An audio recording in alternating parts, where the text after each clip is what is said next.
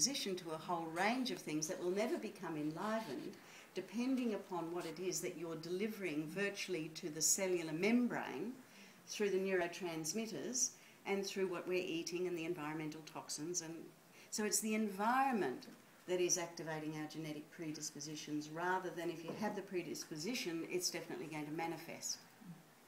And so unless you're dealing with that deeper layer of people, if we're only dealing really with the body, then we continue to really do what we accuse sometimes the medical profession of doing, which is looking for the magic bullet that will fix the body without engaging with the being.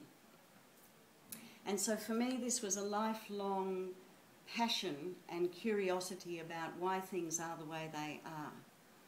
And there were, you know, I married some very strange people and had children who were gorgeous.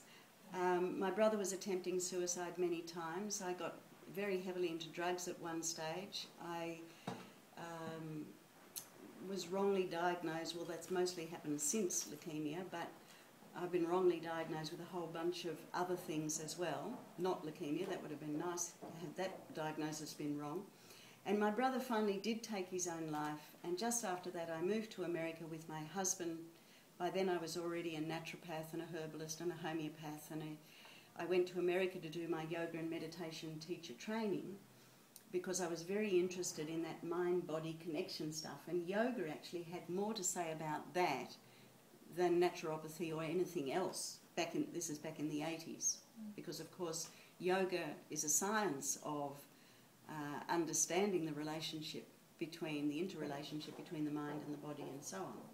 So it was a very, I was always passionately curious about why things are the way they are.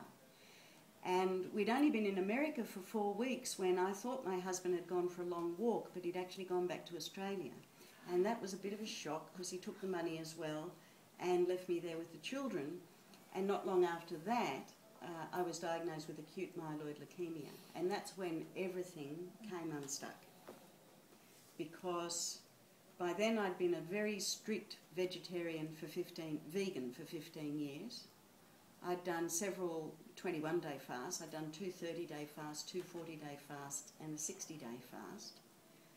I had been meditating since I was 17, but I used meditation as a way of not dealing with a whole range of things that were bubbling to the surface. I had all sorts of techniques to keep myself very focused and not allow any of this to be expressed, which is not really the essence of meditation at all.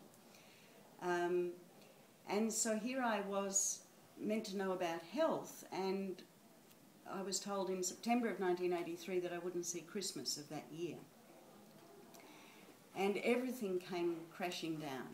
You know, all my belief systems, all that, you know, those beliefs that we develop that if I do this, this and this, then that's meant to happen.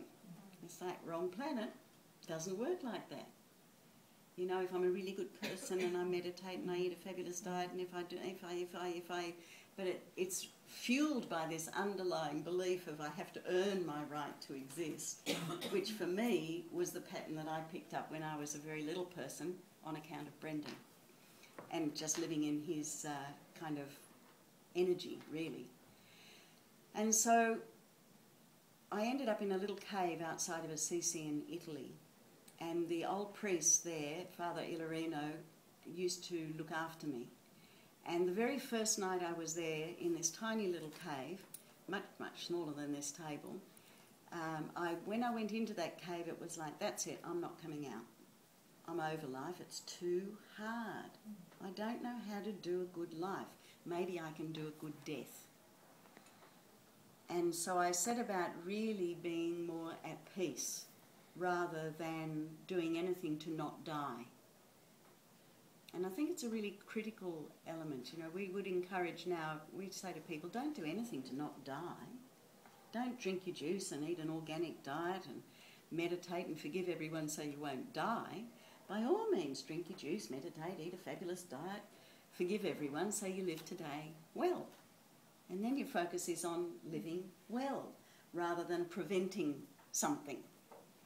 And so when I came back to Australia, I had all of these millions of little baby red blood cells. And my doctor said, look, you weren't meant to have a remission and it won't last. And I said, well, he said, you'll still die. I said, when?